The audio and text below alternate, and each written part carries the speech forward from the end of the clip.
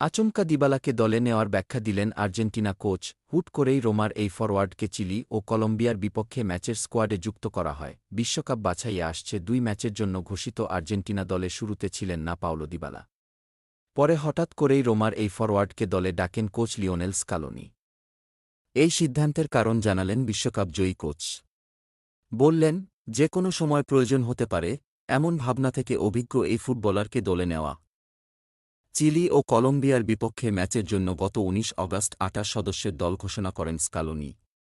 Copa আমেরিকার ফাইনালে অ্যাঙ্কেলে পাওয়া চোট থেকে পুরোপুরি সেরে না ওঠায় অধিনায়ক লিওনেল মেসিকে ছাড়াই দল দেন তিনি।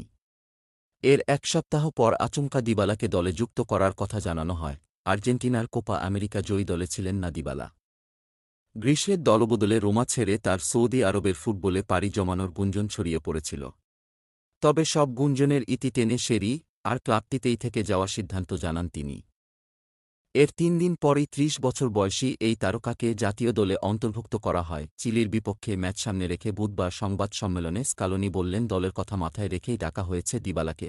পাওলোর জাতীয় দলে ডাক পাওয়ার সঙ্গে তার ইতালিতে থেকে যাওয়ার কোনো সম্পর্ক নেই। খেলোয়াড়রা মাঠে যা করে তার ভিত্তিতেই আমরা তাদের মূল্যায়ন করি।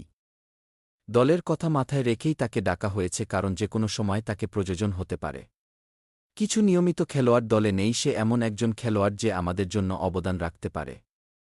কোপা আমেরিকা দিয়ে আন্তর্জাতিক ফুটবলকে বিদায় জানান আর্জেন্টিনার অনেক সাফল্যের কারিগর আনহেল দি মারিয়া। চোটে মেসিও নেই দলে। এই দুজনের অনুপস্থিতিতে আক্রমণভাগে যে শূন্যতা তৈরি হয়েছে, দিবালাকে দিয়ে হয়তো তা কিছুটা পূরণের পরিকল্পনা করছেন স্কালোনি। চোটের কারণে আগে ঘোষিত দল থেকে ছিটকে পড়েন ডিফেন্ডার নিকোলাস তাগলিয়াফিকো।